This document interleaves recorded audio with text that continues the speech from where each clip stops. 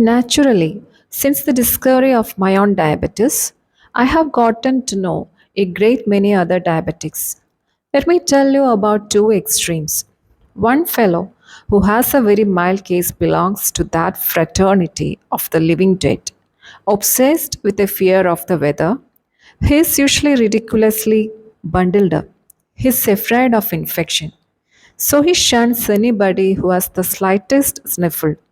He's afraid of overexertion, so he does almost nothing.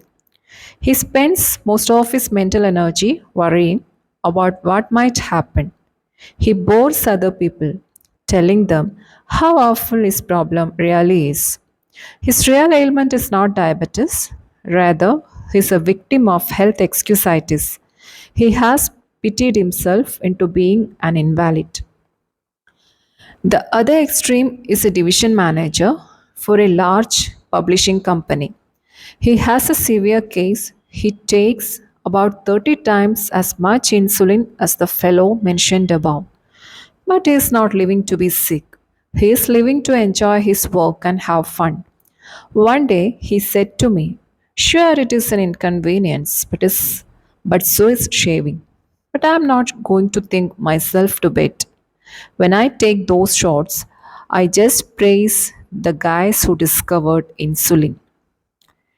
A good friend of mine, a widely known college educator, came home from Europe in 1945 minus one arm.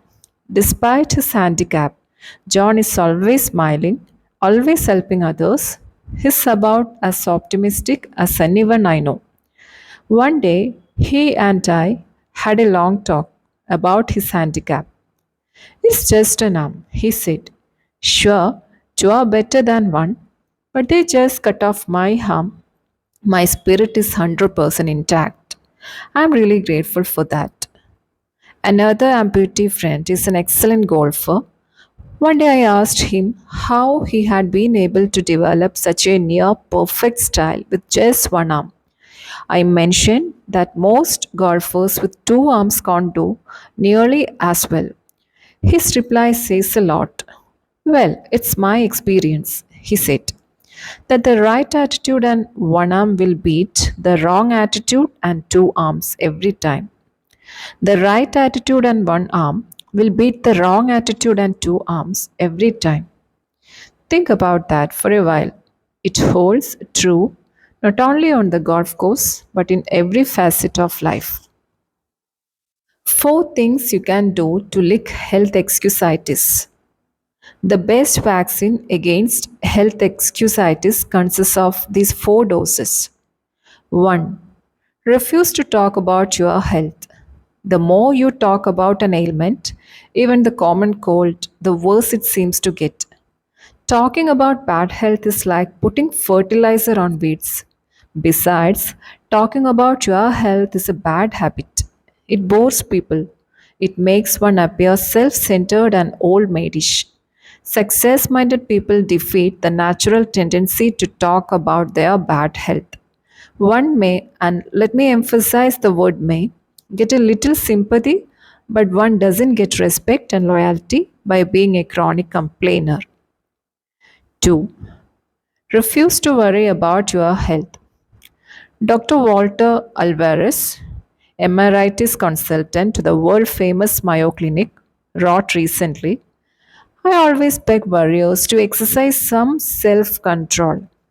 For instance, when I saw this man, a fellow who was convinced he had a diseased gallbladder, although 8 separate X ray examinations showed that the organ was perfectly all right.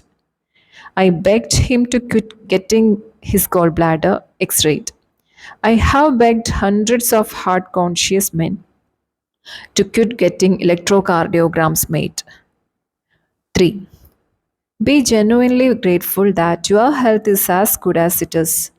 There is an old saying worth repeating often: "I felt sorry for myself because I had ragged shoes until I met a man who had no feet."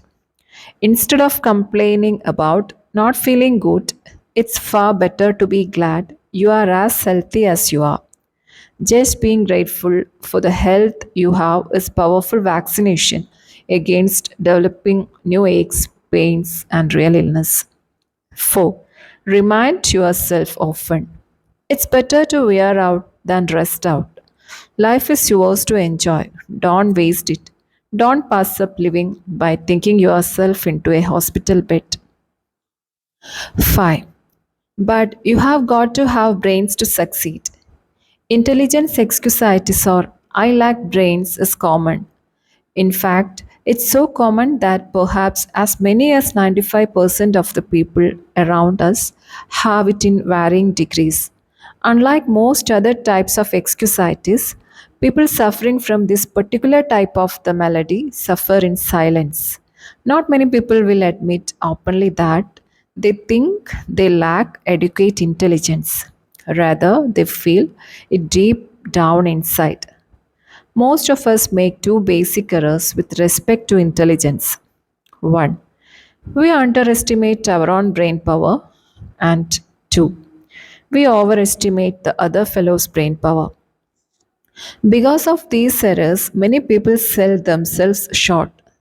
They fail to tackle challenging situations because it takes a brain, but along comes the fellow who is not concerned about intelligence and he gets the job.